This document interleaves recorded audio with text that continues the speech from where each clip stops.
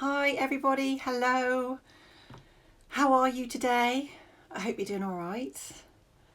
I'm Mel, I'm back again on my weekly Thursday live, a little bit later than I have been, just because I've been doing other things, a bit of networking and stuff like that today. And this particular topic is going to be about dealing with diet talk.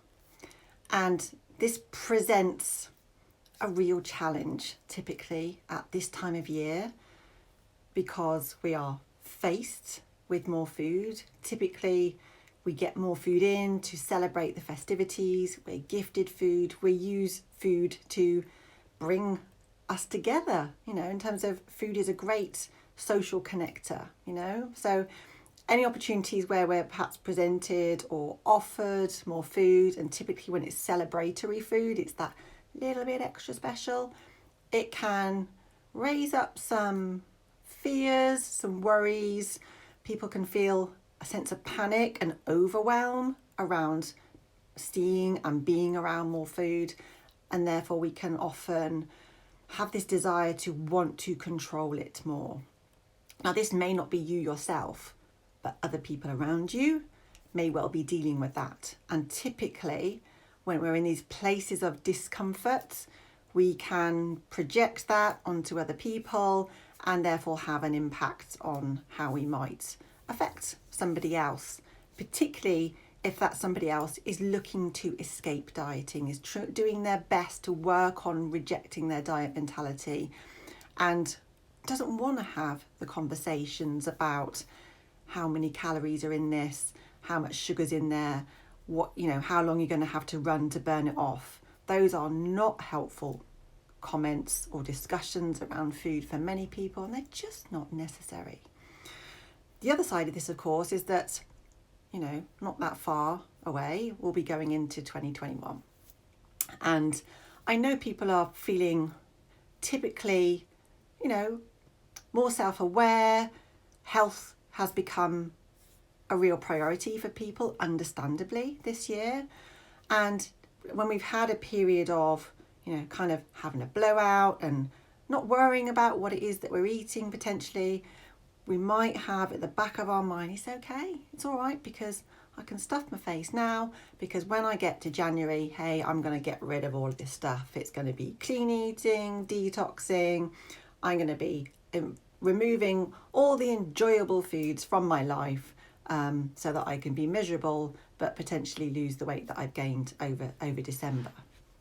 So it can be difficult. Family situations, I know family situations this year might be a little bit different. We're not having family round to sort of protect and shield the more vulnerable people. But typically when we're in these social gatherings, it can invite conversation around food. Now, food is a great bond. When we've got similarities and things in common around food, likewise about, dieting behaviours, again, it can invite that conversation in when it wasn't asked for. So I wanted to give you some tips and strategies today that might help you navigate some of these conversations. And I think sometimes they can be a little bit unpredictable. Sometimes you're not expecting these conversations to happen. Other times there may be people that you think, oh God, it's Auntie so-and-so. She's going to be telling me what diet she's done. She's going to be asking me, do I need that? Those indirect passive aggressive comments, they can kind of drive you potty. So I'm just sharing a little slide here that will give you some ideas and suggestions about, first of all, how you can kind of converse in your head with this in terms of how do you deal with this diet talk. And then next up, I've got some sort of possible responses that I want to share with you. Some that I've used myself, some that have come from my anti-diet group and Facebook, and there's some funny ones. So I will share those shortly. So the first one is, you're allowed to have a different opinion and disagree with people who body shame or food shame. So for other people, as much as they may be completely oblivious. And remember that, again, this is conditioning that has hardwired our brain for 10, 20, 30, 40, 50, 60, 70 years plus potentially. So they may have no idea what they're saying, that it may be triggering or impact you negatively, but you're still allowed to disagree with them. I know it's a very British thing to, not want to offend people, particularly on special occasions, because, hey, we don't want to rock the boat. But again, when people are thrown together, where we perhaps don't ordinarily spend time with, it can cause a bit of friction and a bit of rubbing coming together. So there's a level of, I talked last week in my live about boundaries, having healthy boundaries. And one of the requirements for that may well be to raise your assertiveness. So one tact here is to honour the respect that you have for your own opinions and beliefs. And you are allowed to verbalise those. So you're allowed to disagree.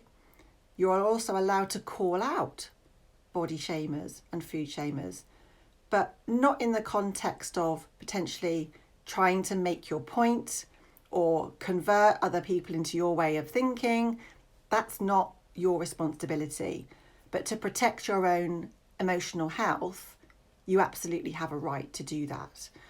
And when some people are giving unsolicited advice, they may not be aware of the impact that it may have on you. People are not mind readers. So I have called people out for saying they're fat phobic or they're body shaming. And sometimes there's been an absolute denial in terms of, no, I'm not. What do you mean? And sometimes it's been, oh my God, I never even thought about that. So don't preempt what the response might be, but also you don't have to challenge if you don't feel safe or confident to do so.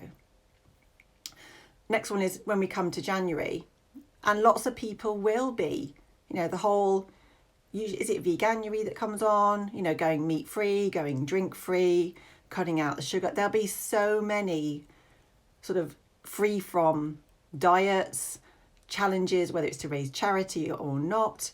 Lots of things, will be happening. You don't have to get on board with that. And so even though there may be this inner desire to want to diet just because, hey, what if this is the one? What if this is going to be the answer to my problems? You probably know in your heart of hearts that it's not. And you are allowed to not diet and stay true to you, even when everybody else is. And I'm not saying it's easy, but I'm giving you permission to do this. You may feel, touching on this idea earlier, in terms of people may be oblivious to what they might be saying to you. I still don't like it, but, ignorance is bliss for some people sometimes.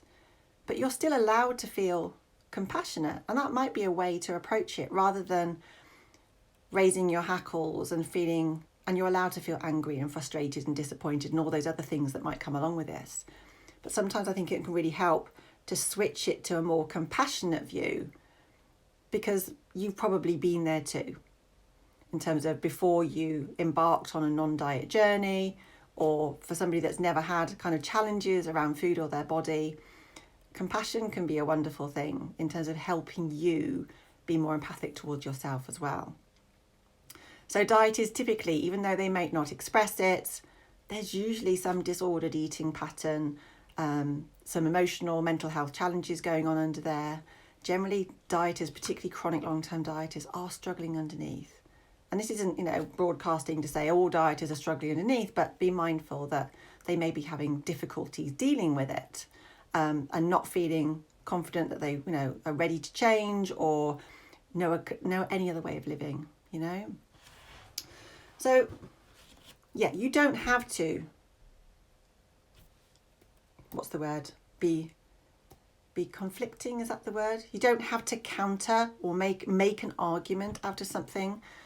And when this is really challenging, you're absolutely allowed to sit and have this conversation in your head. Reassure yourself that that's not you.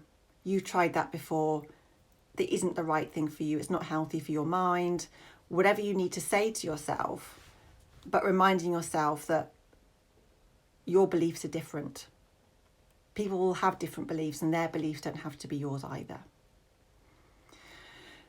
touched on, you don't need to convert others to not dieting to validate your own experience. As much as it might be wonderful and liberating for you, not everyone's ready to hear that. I know this works both ways, but I think there's something around the empowerment that you get from taking a non-diet journey. Just sit with that empowerment and acknowledge the great work that you're doing. And it was the right time for you. It has to be the right time for somebody else to even consider that. It may not be something that anybody needs or wants. I can't even see the last one on the bottom. What does it say? Go away. I don't want to send a message. Their approval is also not needed for you to be yourself. And this may be with, older family members, people that you truly respect. The only approval that matters is your own. Okay? So, how can we deal with this tactfully, diplomatically, and by holding our own ground with respect for others, even though others may not be respecting our needs or our boundaries? So you're allowed to call this out. Now, I have written a blog, which I'm going to share. It'll be in my link tree. I will add that separately after I've just done this, which I've got like 27, 28 different kind of responses that I think suit different types of occasions and different levels of energy that you might hold within yourself. But I say this is where I think it's really important that you honour and respect your beliefs and values. So if somebody else starts either commenting on what you're eating or telling you how bad gluten is, and it cured their depression, whatever it is, you can just say, hey, I want to spend time with you talking about more important things. What have you done lately? I don't really want to hear everything you're doing to avoid looking like me. That's more of an antagonistic one. But sometimes when you're quite fired up, you might have the energy to say that and see what the response is. Often these conversations pop up around food, whether it's, just sharing snacks or having a meal. No, these conversations aren't really appropriate for around eating times. So you're allowed to say that. It's not saying you never want to hear their point of view, or you're not listening to them. It might mean that. But yeah, not while you're eating. Eating should be a kind of peaceful environment, not one for conflict. Something a little bit more controversial. What's wrong with being fat? Call people out on it. That will really probably highlight their beliefs, again, that aren't yours. And that can be a useful tool in terms of helping people self-recognise, but potentially that also has the potential to be quite argumentative. Be blunt. I'm not interested in having this conversation, and change the subject. I'd rather talk about the weather. That's such a common saying, isn't it? Talking about the weather, but it's much easier than talking about something like, body shame or food shame. Be clear. I don't want to talk about diets or weight loss. And if they persist, you can still go and repeat as necessary. No more diet talk, please. No more diet talk, please. And you absolutely have the right to walk away. That's not giving up. It's not giving in. But give yourself that option that if it becomes too much, then you simply remove yourself from the conversation, because you still have a choice with that. You might want to go, I don't make rules about food. I'm not into dieting. What else have I got up here on my list? I'm on a diet from diets. That's quite a good one. Or if people are staying with you, you could start a diet talk jar, a bit like a swear jar. So everyone puts in like 50p or a pound for every time somebody expresses, joins in diet talk or expresses dislike of their own body. It could be quite effective. It's a good self-awareness tool. This is one for my group. Stick your fingers in your ears and run around the room shouting, la, la, la, la, la, la. It's a crazy person. It's a good distraction. One for a couple of my group, the lovely Laura in my group said, we'll all be skinny in our coffins. I'll crack on, eat what I enjoy, thanks, whilst licking your lips and rubbing your tummy. So please do inject some sarcasm and humour. Another one, this particular one was about veganism. So, This may also include people on particular or special diets for their own, their own personal choice, their moral values, their ethical values, their health, okay? Everyone seems to be so opinionated about other people's diets. So this particular lady was like, she always gets commented in terms of, she said, being a vegan, don't you miss meat? Or don't you want bacon? No, vegan cheese isn't even cheese. And it's been quite critical towards a vegan diet. So the response was, I feast on the carcasses of my enemies. It's only animals I won't eat. So yeah, you can be very, creative with your responses.